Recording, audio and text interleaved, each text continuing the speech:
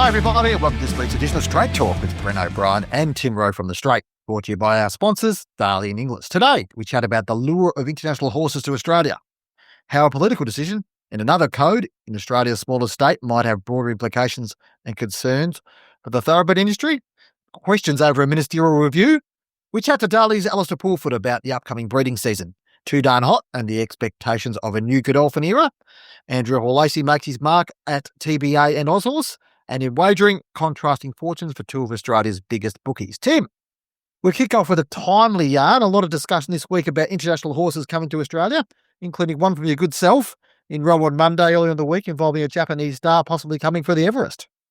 Yes, Invincible Pupper, a Shalar sprinter that was actually, Shalar bred here at Arrowfield and sold at Easter, bought by the Japanese, and they've bought quite a few Southern Hemisphere bred horses and taking them back to Japan. Obviously, Home Affairs Sunlight filly this year's gone to Japan, but he looks quite good. Invincible Puffer won on the turf on Sunday. How he stacks up, I'm not across the Japanese form, but when you look at the Everest, outside Kaying Rising, Private Harry, Briasso's taken. Who do you go to? He's an X Factor sprinter. Who's to say he can't give some cheek? And Inglis is an English graduate. Inglis this year are back in the fold, I believe, looking for a horse rather than they leased it out the last couple of years to Entain and NZ Tap. So, they look preferably a English graduate, and he potentially could fit the bill. And I'm told that possibly some other partners might be willing to sort of go in with Inglis, whether it's in their interest to do that. But I know there's certainly some talks behind the scenes, possibly that, maybe Inglis could de-risk with some partners there on the slot this year. Yep, interesting. One of course, we've got a Japanese runner confirmed for the Golden Eagle this week, Panjatawa, and you chatted with Navesh Ramdani last week, and you've also been chatting with Paul Bloodworth, who does the recruitment for Racing Victoria and does a lot of travel as well. I mean, there's an article up in the Straight at the moment. What did you learn out of that, Tim? What did you learn out of sort of how these guys are going about their business of recruiting international horses and why it has become more important? Well, I guess, as I was up there only a couple of weeks ago, and Adrian Beaumont from International Racing Bureau, who's sort of contracted on a retainer to the ATC, Racing Victoria, pretty much nearly every jurisdiction around the world. Probably previously with the Melbourne Cup, it was about lifting the profile and things like that. But just with the advent of World Pool and the international wagering appeal of these races, it's worth a lot of money to jurisdictions to have international competition that will encourage their local punters or other punters to bet on, in this case, Golden Eagles and Australian races. And the other interesting thing is, I think, as Peter V'landys has told The Straight previously, the Golden Eagle deserves to be a Group 1. Even the most ardent critic would argue, it probably should be a Group 1, and that would allow it to possibly at least campaign and press to be included on the World Pool calendar, which would be worth a lot of money and possibly try and then pay for itself. It is, a $10 million race, a lot of money. So that's, I think, now why the ATC, all that funding also, the tote World Pool funding goes directly to the ATC as opposed to Racing New South Wales. And I know, Bren, you've reported previously that Kaying Rising could be worth $1 million to the ATC. Navesh did suggest that may be a touch high, but I guess it depends how parochial the Hong Kong punters are come, Everest Day and, how they want to support their local superstar. What is interesting around this stuff is obviously if you're bringing the Golden Eagle as a World Pool meeting, it's obviously the same day as Victorian Derby, which is already a World Pool meeting as it is. So whether they then combine those meetings, probably similar to what they've done with the Everest and the Caulfield Cup over time. It does change things around a bit, has changed their priorities. So it is a very interesting time. I guess back in the 90s, we saw, international expansion and going to recruit these international horses as an exercise in, I guess, growing the profile of a race like the Melbourne Cup. But it's not about that as much anymore, because if you can get more people and more eyeballs on your products from a wagering perspective, then there's value in that, both for the PRA point of view and the club point of view as well. News this week out of Tassie about the greyhound ban. It broke on Saturday night. There's a question about relevance it has to the thoroughbred industry. Obviously I penned a column on Sunday talking about really it should send a shiver across all racing codes about the dangers of politics and racing. because this decision has sort of come out of nowhere 3 weeks ago.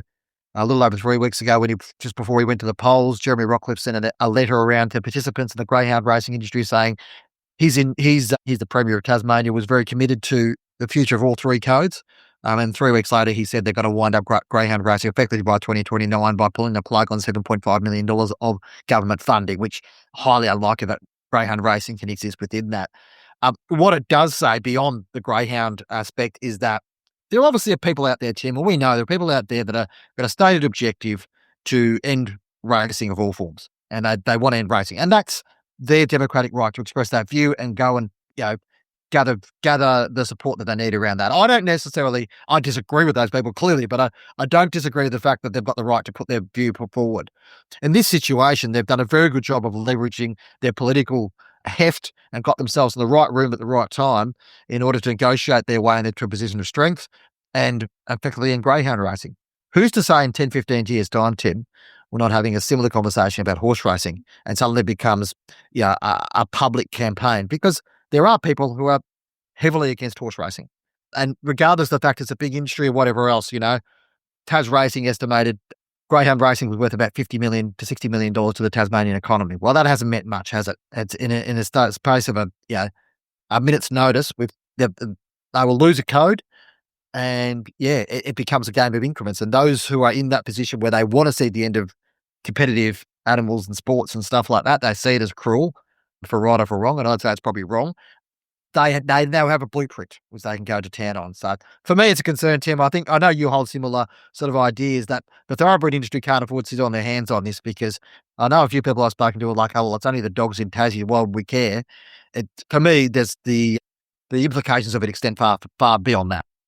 I've got a more question to you. I was, I'm New South Wales, and so I was around and felt compelled at the time to write to my local member about when New South Wales, Mike Baird and the coalition ran through a ban on greyhound racing, and our esteemed member at the time, Darryl Maguire, now disgraced, was probably rather feathering his own nest, and he spoke out against, calling for a ban on greyhound racing. Good on you, Darryl. Is there a chance that swell of support for greyhound racing or anti-government could occur in Tassie, or is the political machinations just too different to New South Wales, what played out here? I think that the challenge for that is that there was a clear wedge in New South Wales between Nationals and Liberals, which sort of was able to create a political wedge to be able to utilise that. I'm trying to sort of think back to that situation. And this situation, Liberals got 14 seats. They need 18 to rule, and they need the support of the independents to actually get into power and maintain power. And that's the reality of it. There's been no one in the Liberal Party that's come out and said much. The Labor Party have said very little about this, apart from the fact they don't agree with it. Dean Winter, the opposition leader, is an avid supporter of racing, all three codes. The only person that's come out and said something about it has been the shooters and fishers guy that got in, probably quite surprisingly. So I think from a political point of view, there's not a lot here, but I think because it's a 4-year process, there is an opportunity to have a little bit more of a groundswell and bring that back. Now, as I said, whether you believe greyhound racing needs to clean up its act, needs to work through things or whatever else, that's fine. But then the other thing too, Tim, just to put into this, and I'm going to put a bit of a bow around this after that because we don't want to talk about this all day. But what is significant about this is some of the concerns or a significant amount of concerns raised about greyhound racing in Tasmania has been around about integrity and the integrity function. That is blatantly the fault of the current government, who botched the entire integrity review over the space of 4 or 5 years and finally got something through in the last 12 months. So the reason why they weren't able to was a very publicised case about a leading trainer, and the reason why he was able to wriggle his way out of that net partially was because of the inefficiencies of a integrity system that was not designed properly and was not executed properly. So in the end, the greyhound industry has suffered for the fact that the government haven't probably done their job on this. And that concerns me. And it speaks more broadly to the fact, and I'll now hook this around another issue, Tim. This speaks more broadly to the fact that the government participation in racing needs to be well-intentioned, but also well-educated.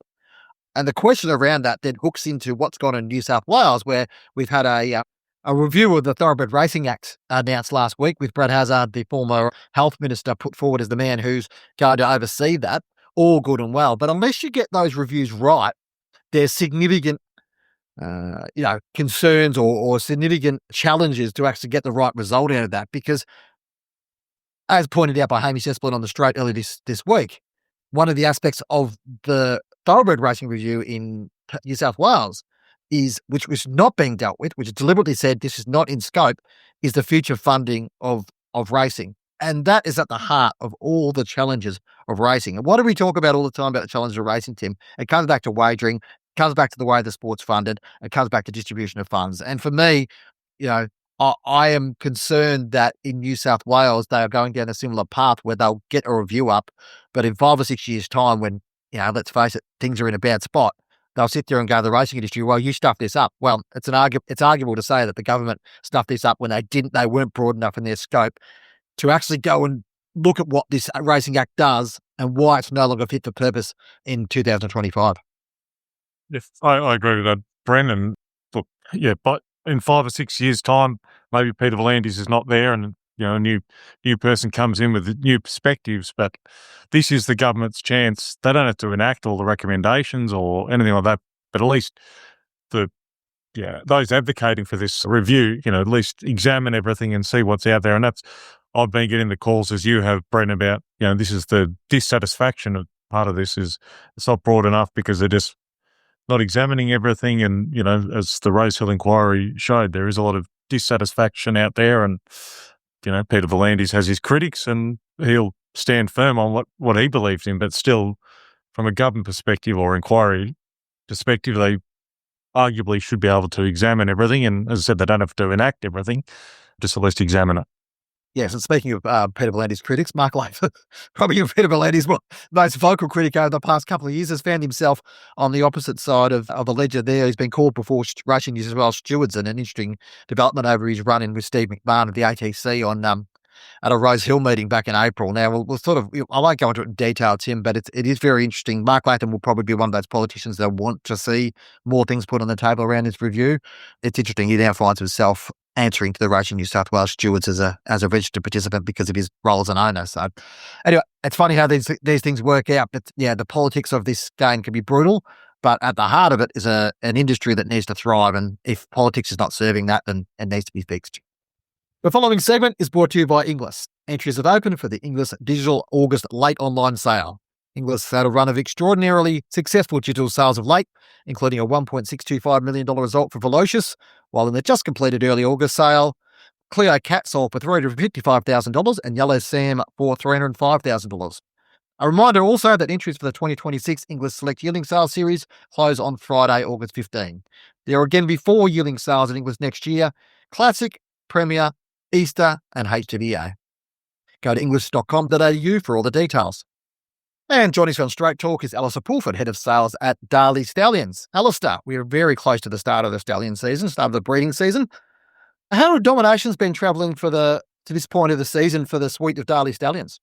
We're actually going really well. We're blessed this year with a roster that's got quite a few stars in it. And what happens, we found that when you're doing business with people who want to get into horses like, Toot on Hot or Animo or Traffic Warden or Broadsiding for, or any of those, Harry Angel, it pulls in more business. So whilst there has been talk that studs are slow, I think there was an article in one of the papers the other day that bookings have been slow. We're not finding that.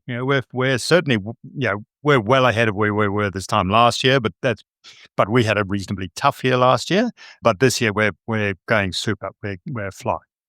Very happy. So we've got, horses, as I mentioned, Toot on Hot fully booked, Animo fully booked, Broadsiding fully booked, Harry Angel fully booked, Traffic Warden fully booked, and Bivouac very popular, Pinatubo increasing in popularity, Cylinder going really well second year, Native Trail going okay second year. So Street Boss doesn't have to cover a big book and he's nearly at his limit. So we're very, very positive at this stage. It's looking good.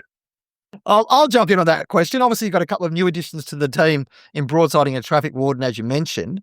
What's the opportunity there for breeders, do you think, with those stallions and those two respective young stallions?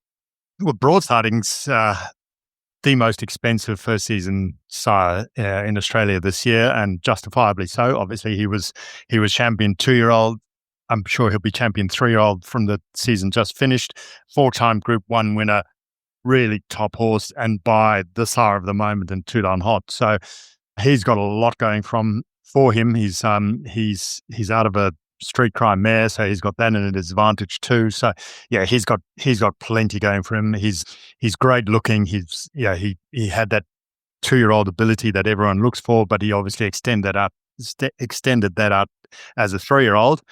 He's pretty easy to mate to. Yeah, he's a lovely looking horse, quite a lot like his father in many respects. So he's an easy horse to mate to, and yeah, he's been very popular since we announced him. Traffic Warden, likewise, who just lived in his shadow in the racing stable slightly, particularly in the Golden Rose when he was nutted by, not very much. It was probably, 20 or 30 centimeters. But he's By Street Boss, who just keeps doing it for us. He's been such a great stallion for us. Obviously, Animo leads the way, and then Tenterus and Tempted this season. But Traffic Warden, early on he was the number 1 seed for the stable, and he ran in the Golden Slipper and the Sire's Produce. He ran very well in them. He was a multiple Group 2 winner, just failed in 2 Group 1s. So he was a proper racehorse. He's out of an exceed and sell mare from one of our great families. So he's been very popular too. And the more people get to see him, the more he filled up. We have closed his book now, but it took probably a few weeks longer, probably a month or 2 longer than Broadsiding did. Yeah. And obviously we could talk about Broadsiding. Too Darn Hot returns being highly anticipated. Has the quality of mares you've booked in matched your expectation? Obviously there's a significant mare already booked in, but beyond Winks, what's the sort of expectation that the quality of book, is it sort of matched where you thought it would be? Absolutely. Obviously, when you're standing at 250,000 plus GST, 275 grand, you need to have a good mare to do that. We've limited his book to 100 mares going into the season, and that so all the top breeders really wanted access to him. We sort of took submissions for mares and approved. So we had some say in that. I don't say we try and tell breeders how to breed their mares, but when you're limited, we were quite particular on the level of mare that we did accept to him, but in any case, it's a natural thing because he stands for enough money that people want to send their best mares. Alastair, you got me now? Yep. Yeah, we have got you now. You're in now too. Yeah, excellent. So I don't play around with technology. What sort of mares, or what best mares are heading to Too Darn Hot? Is your pedigree or type? Is there a physical sort of? Well, it's probably reasonably well documented. Too Darn Hot's not a great big burly horse himself. He's a beautifully refined, certainly was as a racehorse. He's put on a bit of weight now that he's a stallion. But he's a lovely refined quality thoroughbred, very elegant horse, very elegant moving horse. So I think people probably send him bigger mares because they know he'll neaten them up. But I think he's just getting just high quality. They don't need to be big to be great runners. Broadsiding is very much like his father, who's 15-3 hands, just a beautiful type of horse. None of these top horses that he's throwing are really big monsters. That's not what you get with Too Darn Hot. It's not what you want with Too Darn Hot. You want something that's quick and lightning on his feet like he was. I remember John Gosden described him as a Ferrari McLaren type. That's the sort of horse he is. He's not a big Mack truck. And some of those high profile Godolphin mares, who are you sending?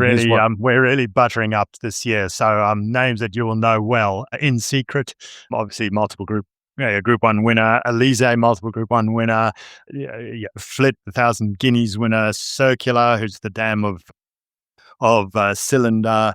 Who else is there? Just Savatiano, Willowy, Zapateo; Transfers, the dam of Tom Kitten; Paracel is a stakes winning Astern mare; Liar, the Blue Diamond winner; Larkspur Run, she's a stakes winning Shamadal mare; Heresy, stakes winning Street Boss mare; Hellfest, stakes winning Fastnet Rock mare. It's a good group. It's as good a group of mares as we'd have ever sent a stallion, I would imagine. It's an absolute it's something else really. And sort of a bit, was going to say a measure of his appeal, and that is that you've auctioning off a nomination to him in support of the Catwalk Spinal Cord Injury Trust. Alastair, talk us through that. What's the idea there, and what are you sort of hoping, obviously, to create a bit of a goodwill and good charity around this very good cause? Yeah, I mean, look, Catwalk, for anyone who knows Katrina Williams, she's an absolutely remarkable human being. So Catwalk was founded by her. Katrina Williams is the wife of Sam Williams, who's Little Avondale stud in New Zealand. She had a terrible accident in 2002 and injured her spine and has been in a wheelchair ever since. And she, soon after her injury, she started this foundation, Catwalk, which is about, it's about spinal cord injury research. So it's not, it's a fantastic charity for getting people from all walks of life who have these spinal cord injuries and are on a wheelchair bound. And it's about putting research money into that, because they're getting closer and closer to a solution or a cure or whatever you want to call it. But it costs a lot of money, and there's some unbelievable work going on around the world, and that work needs funding. It doesn't come for nothing. So being in the horse business, sure, certainly I know enough people that have injured themselves or are in that predicament. But it's not only the horse business. It's anyone. I've been and attended many catwalk functions in the past, and their stories are absolutely inspirational. The people behind it are inspirational, and it's an amazing charity for a extremely worthwhile cause. So Katrina, we have a great relationship with her. Godolphin have a great relationship with Catwalk, but so do Watership Down, the part owners of Too Darn Hot, and Madeline Lloyd Webber, who's the principal of Watership Down, along with her husband Lloyd Webber, is a former international eventer herself, so she knows what it's like, and she's got no doubt knows people in that same sort of situation. So she's very close to it as well. This isn't the first occasion the Too Darn Hot has donated to Catwalk. We did auction off a service to him in his first or second year at Studder, I remember, but this is a whole different ball game. So now he's standing at a huge amount of money. He's absolutely fully booked going into the season. With his 100 mares, this will be number 101, and I imagine that the people who've supported Catwalk throughout the industry have been fantastic over the years. There's some great stories behind it, and it just it feeds on itself really. And look, the aim is to get these people in wheelchairs back on their feet, and let's hope this in some way gets them closer to that goal. Yeah, and of course that'll be part of the Inglis Digital August late online sale. Inglis, another fabulous sponsor of this podcast, along with Darley. So an excellent initiative involving collaboration between Godolphin, Watership Down, and Catwalk, as you said. And I would certainly encourage it will be lot one in that late August sale. So just everyone pay attention to that and make sure that you obviously want to have a nice mare to go to him, but I think it's an extremely worthwhile cause. It's 100% of the proceeds will be going to charity, so it's very, very worthwhile.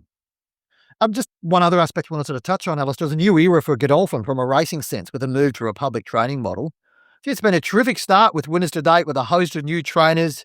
We've had Chris Waller, we've had Tony and Kelvin McAvoy, we have Michael Friedman. I mean, it must be pleasing from a perspective. Obviously, there's a little bit of what now when you have a change of model, but must be pleasing within the walls there to see things sort of kick off so well. Absolutely, it's great. And look, I'm mainly looking at it from the stallions' point of view, and I suppose the difference between having a private and a public training model is just the access to more public trainers. So the more public trainers have our horses, obviously that is the better that is for our stallion brand. And when Chris Waller or Tony McAvoy or Björn Baker or whoever it might be are winning races with the progeny of our stallions, that's going to improve their perspective of those stallions, and hopefully they go to the yearling sales and purchase more of those from some of our clients, because our policy is still that we don't sell yearlings, we still race everything we breed. So we're not taking on our clients in the sales ring, so to speak, but we are, hopefully in some way this helps promote the stallion business. So yeah, it's been a great start. Let's hope it continues. Alastair, from a Darley perspective, your roster's looking very good at the moment. A lot of young sires coming through, but you're always looking for the next crop of young stallions. You've got some nice young colts that have been dispersed through. Who are you looking forward to seeing sort of produce during the spring and hopefully into the autumn? Well, our exciting 2-year-olds from the autumn were obviously bivouacked by Bivouac, Group 2 winner. He's now with Chris Waller. He's a very, very exciting horse. I think I know that the Cummings team, when they had him, thought the world of him. He won the Silver Slipper. Things didn't quite go his way after that, but I think he's got oodles and oodles of talent. So let's hope he can take the next step and win in Group 1 company. And of course Tentris, who was so impressive winning the Tottenham Stakes and unfortunately injured himself in that race and couldn't go on to the Slipper. But very, very high class street boss colt. So those are the two obvious ones. Those are the two that I've identified themselves so far. But who knows what's in the wings? There's plenty of horses in training, so something might jump out of the ground too. They don't always announce themselves as 2-year-olds. Well, even Hawkesbury on Tuesday, I hope I'm Invincible colt only won a Hawkesbury maiden, but he could be one to progress through. I don't know where the aims are, but probably gets further than the 1100 he won over. Yeah, absolutely, and he looked very good, winning, didn't he? So let's hope, he can produce to that high, that highest level, because really to become stallions, they have to win at a pretty good level these days. Alastair, thank you so much for your time. Always good to catch up, and all the best for the breeding season. We'll catch you at the stallion parades next week. No worries, I'm looking forward to it. And Tim, just one other thing to touch on for the bloodstock industry after that extensive chat with Alastair. Andrew Hore-Lacy, CEO of Thoroughbred Breeders Australia and Aushorse, announcing a new look team this week. A couple of names we're quite familiar with, Tim, but clearly, Andrew's really clear to make this role his own. He's brought in Leanna Packard, who we know quite well from Newgate. She's the head of marketing and partnerships. Megan McGrath, who's at Victoria Racing Club, is now the head of advocacy and communications. And two people that have worked existently with the organisation. Maddie Timms, we know very well. Madison Timms is brilliant at her job. I went to a couple of her sessions earlier this year and helped out talking to a couple of their graduate programs around about media and stuff. And Maddie does an absolutely sensational job in education and projects. So it's good to see her getting the support that she needs within that. And Jimmy Cameron, someone who's close to her own heart's now the head of finance and administration. But you get a feeling that the nature of the role, and the previous person in the role had a very strong presence, Tom Riley, but that Andrew's going to create this, develop this organisation to stamp himself very much on how he wants to run it, Tim. Absolutely. And there's, all those people you mentioned got from, as you said, from my experience, huge work ethics, as you say, with Maddie Timms and, Leanna Packard. She's been integral under sort of Henry Field, the growth of Newgate for the last, I'm not sure when she started exactly at Newgate, but certainly the last 5 to 8 years, huge growth at Newgate, and she's been pivotal to that. So TBA and Aushorse, it's a small organisation that cover a lot of ground or a lot of different things. So you do need a work ethic, and Andrew's brought in some good people that I'm sure will be able to take it to the next level and keep doing what they're doing and more. In the wagering world now, Tim, interesting sort of contrast. The two biggest players in global wagering, Entain and Flutter, announced their half-year results over the last week. Flutter last week announcing, things are relatively positive from their perspective. What is significant is Sportsbet returned to year-on-year revenue growth after a little bit of the Australian wagering landscape's been a little bit rocky the last couple of years, as we've spoken about. Things are looking a little bit more positive at the moment. Obviously, Flutter's flying because the American market's driving a lot of the growth, but things are now looking a lot more positive. I think it's 3% growth in revenue for Sportsbet. Their turnover has dropped, but effectively it's dropped about 6% year on year compared to the first half last year. But Australian customers were spending less, but Sportsbet was generating more revenue from those customers, and that mirrors what we're seeing elsewhere.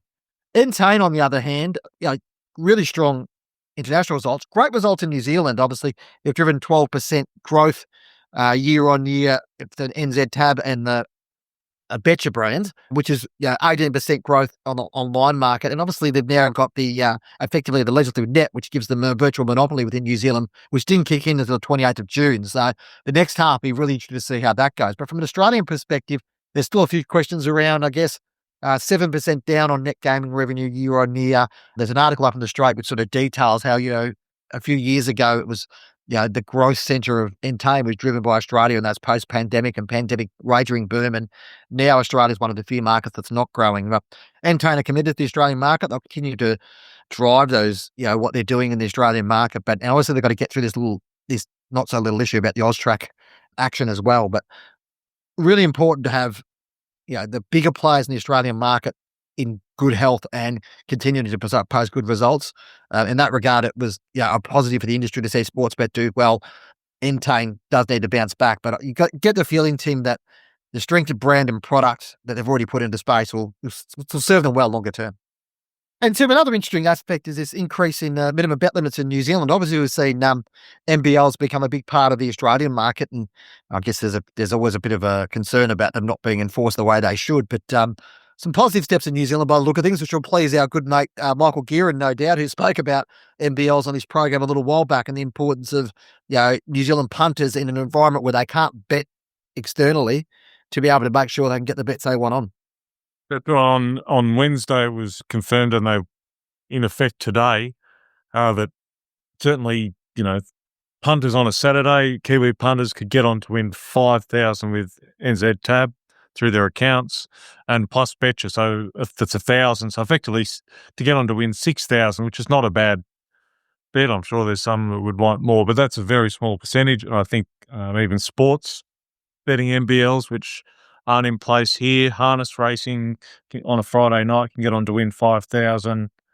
Even, there's a lot of Kiwi punters that like betting on Australian racing, obviously. They can pretty much match the Australian NBLs with $1,000 and $2,000. So, they're going to be able to get a reasonable bet on. Not won't serve everyone, but at least genuine NBLs. I think just it's good for the New Zealand industry to have that certainty from a punter's perspective and confidence to be able to bet if they wanted to have a decent bet to win a reasonable amount. Yeah, and I guess the reality is if you're only dealing with one company and two brands, enforcing those NBLs is probably a lot easier as well because you're only dealing with one lot of people. So I think that's important from that perspective. There might be a few Australians looking to get a Kiwi passport, Tim. We've got to go to a news section now on Straight Talk. Shout out to Talia, who does our recording and our production stuff here. She's been organising a few questions to push out online and people to come back to questions to Tim and I, which we'll attempt to answer from our audience. So we've got, I think, 3 or 4 questions to have a look over here, Tim. First one to you, Tim, and this is from it comes from Will Johnson, actually, again, another friend of the program.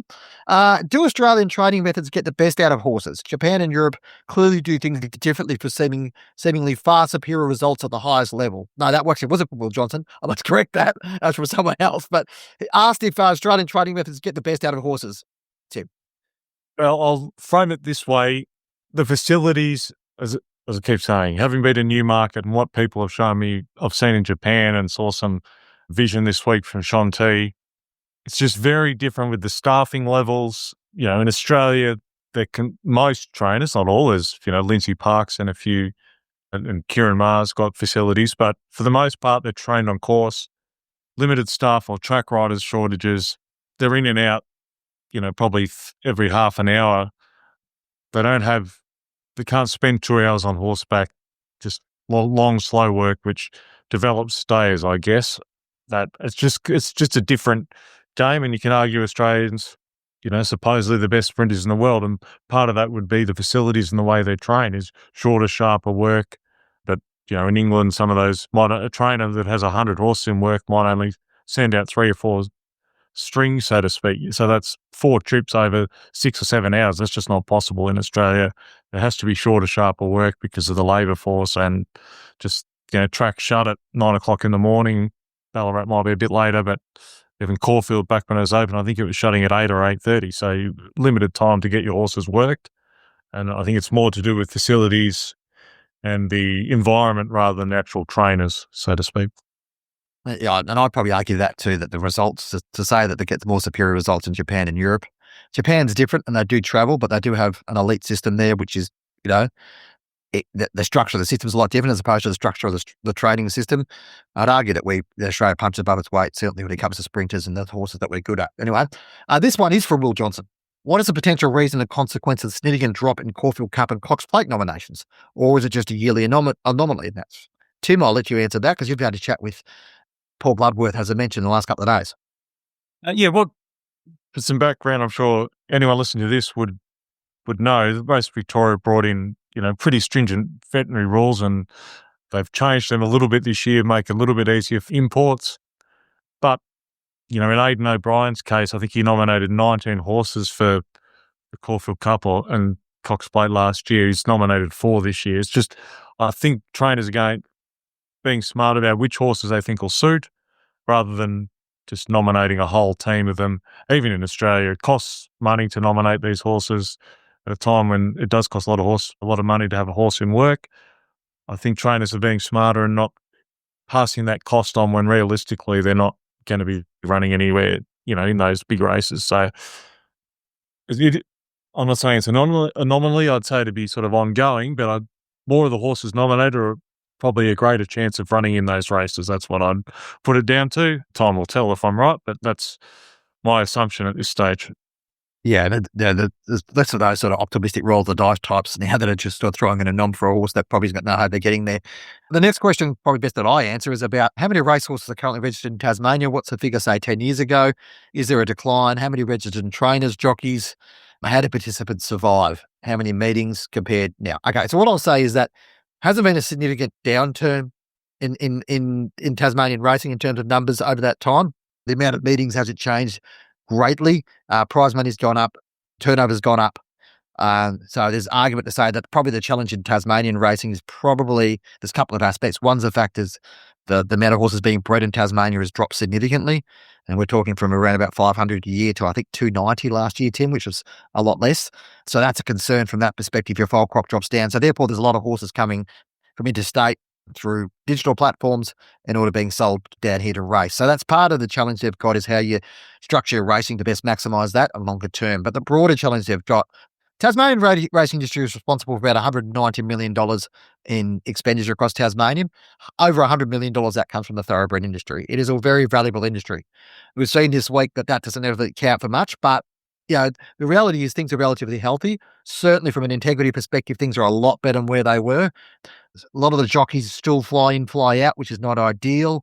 There's always challenges around staff and those things as well. But as a rule, things are relatively, they're not as bad as some may lead you to believe around when Tasmanian racing is at. The challenge is to make sure that breeding industry is strong. I believe there'll be a series of announcements in the next couple of weeks, which will be a significant boost to that, as well as various other sort of platforms and looking to support Tassie racing. Tas Racing are working very hard to fix a lot of the issues that they've got. I don't believe that Tasmanian racing is any more danger than any other industry around Australia. However, it's walking on a thinner tightrope. So that's probably part of the challenge. As we've seen, the politics can play out where they are. Tim, on to the next question now. Is Rosehill on the verge of being phased out by Racing New South Wales due to the non-sale by ATC members and the relocation of the Golden Eagle? Funny how things work. They announced it on Friday that it's going to Randwick, and Randwick's washed out on Saturday. It's just sometimes you can't make these things up. They've invested a lot of money in Randwick. They say it attracts bigger crowds, and it probably does, catering wise and all that. The club probably makes more money out of it, but it comes down to, the amount of money spent on marketing as well, on the Everest and different things like that. Sydney still needs Rosehill. They need it. Randwick can't sustain the extra number of meetings that Rosehill hosts. It's in my opinion, a good betting track. So, yeah, in the short to medium term, I can't see any changes. They might, as I said, feature spring and autumn races. Probably, they'll want them at Randwick. But as a whole, Rosehill is a very important part of the Sydney racing ecosystem and will remain that way for the foreseeable future, I think. Yeah, and I don't know what the precise terms around this, but it's fair to say that the Golden Eagle is a Racing New South Wales race and the Golden Slipper remains an ATC event. So the ATC will have the rights around that and where that sits. the Golden Eagle move been mooted for a while now. It's just sort of interesting to see how that plays out. A final question, which I'll get on to, Tim. Will any race club disclose any net revenue from Whirlpool? Thank you to Jason Cornell for that comment. My answer to that question would be, it's very hard to find anything about where a lot of this revenue comes from. And some of the clubs are more transparent than others. Consistency would be awesome. From a PRA perspective, there's one PRA in particular that's very opaque around about the wagering numbers. It's very difficult to access exactly where that wagering number's coming from and breaking it down, which makes it difficult as well. So I'm all for more transparency. A, it makes my job easier. B, it's good for the industry. But your point is well taken, Jason, around that. Okay, thanks for joining us on Straight Talk, brought to you by Inglis and Darley, our fabulous sponsors. Don't forget to give us a rating wherever you're listening to us. And be sure to subscribe. Send us an email as well at editor@thestraight.com.au or any of our social media channels. Ask us a question for next week. Yep, and we'll talk to you again next week. Thanks for your time.